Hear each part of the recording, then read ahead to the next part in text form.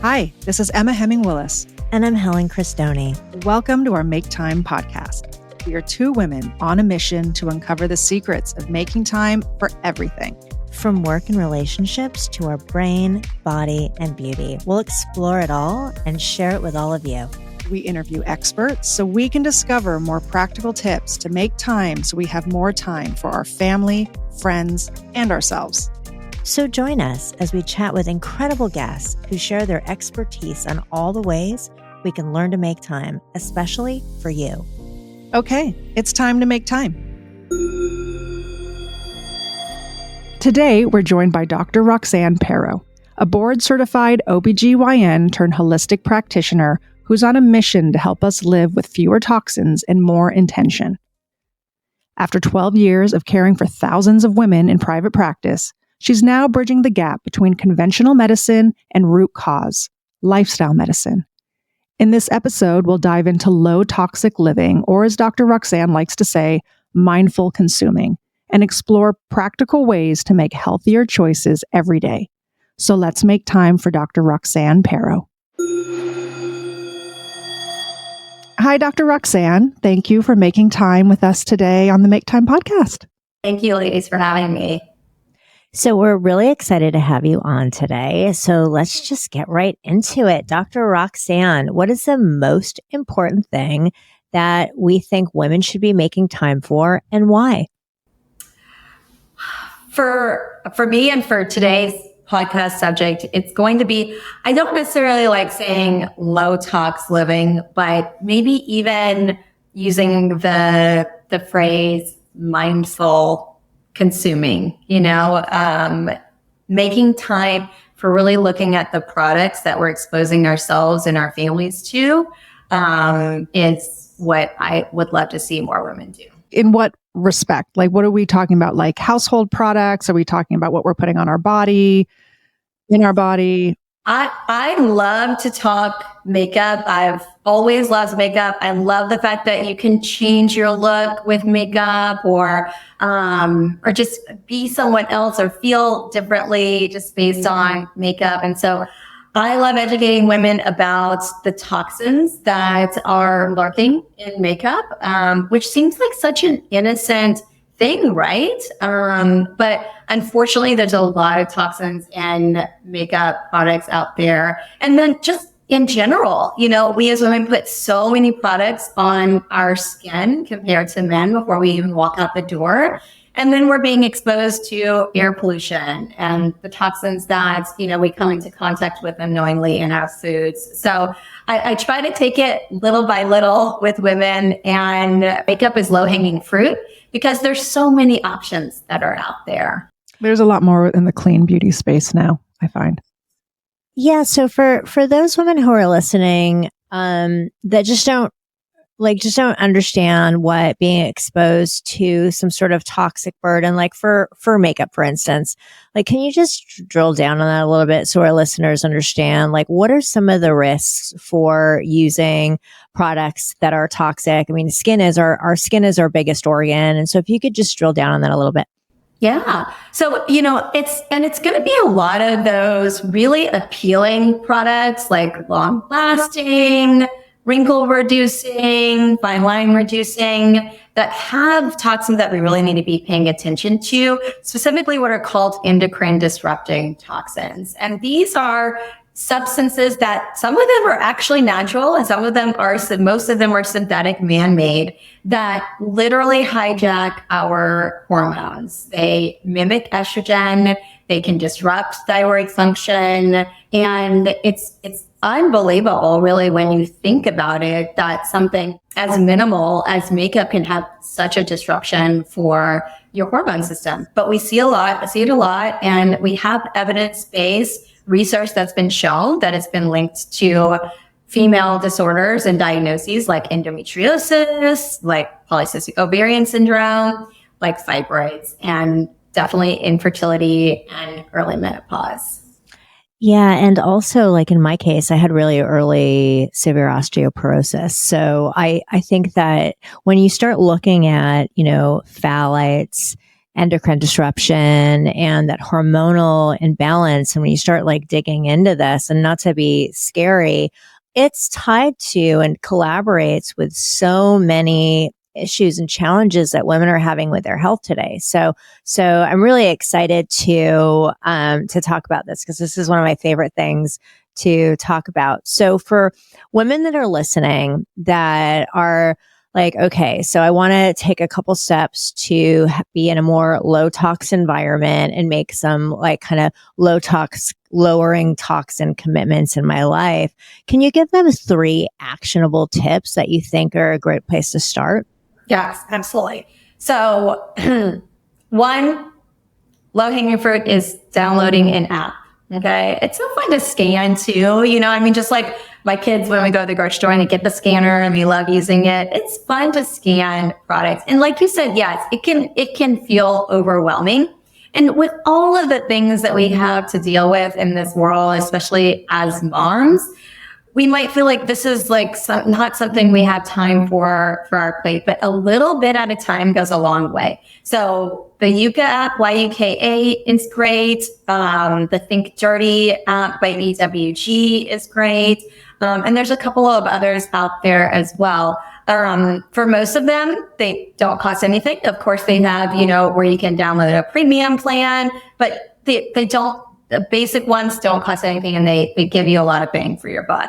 And you just scan your products, and then they'll tell you if some of those ingredients are endocrine disruptors. And I do encourage patients, again, let's start with the basics. Yes, you might have a product that you love that scans and it's saying that it's bad, but it might be bad because it's an allergen, although it doesn't cause allergens for you. It might say that it's bad because it's an environmental pollutant. And yes, we want to care about our environment. But again, it kind of starts with us. What on there is doable for you? If you're like, okay, well, it doesn't have any endocrine disruptors and I just bought this. So I'm going to go through the product and then I'll find alternatives. And I love those apps too, because they give you alternatives. They say, okay, well, instead of this one, think about this one. So that's one. Number 2 is, when we think about toxins as well, crazy enough, things like phthalates, things like BPA are in the air that we breathe. And so unfortunately, we can't always rely on our home to filter out air properly. And sometimes because it's such a concentrated space, it can have more air pollution than going outside. So getting an air filter for the main spaces in your home is a huge win for reducing your toxic load. And then the third one is trying to really understand what you're putting in your body. Unfortunately, foods have very high toxic loads of these same things, phthalates, BPAs, microplastics. And so obviously organic can cost more. So thinking about doing the Dirty Dozen list that you can get on the ewg.org website, or even just Googling Dirty Dozen, and trying to avoid those that are non-organic. But then looking at the Clean 15 and understanding that those are likely probably pretty good to eat when they're not organic. Ladies, we want to invite you to join our Make Time movement to prioritize your brain health. The Make Time community empowers women to focus on making time for themselves and will provide you the tools and resources you need for your brain, body, and beauty in that order. Your brain is your most valuable asset, and it's time we all treat it that way. Join us at maketimewellness.com.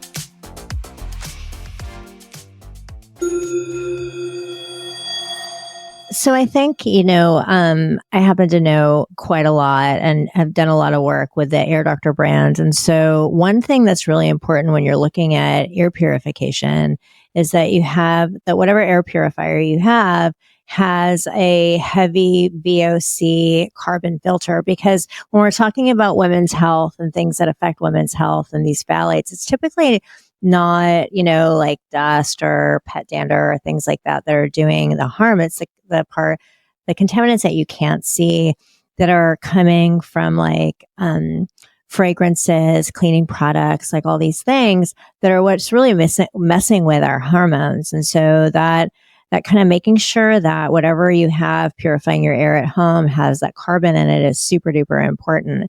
And then to talk about food, I think it's, right now we're in the middle of like the health conversation is so massive right now, just for the time we're in here in the United States. I think it's beautiful. I also think that we just really need to watch the plastics, and so when you're at the store, like it's so secondhand to just grab something like pre-made food or, and we're so programmed to just grab things, and so much stuff is in plastic. So everything.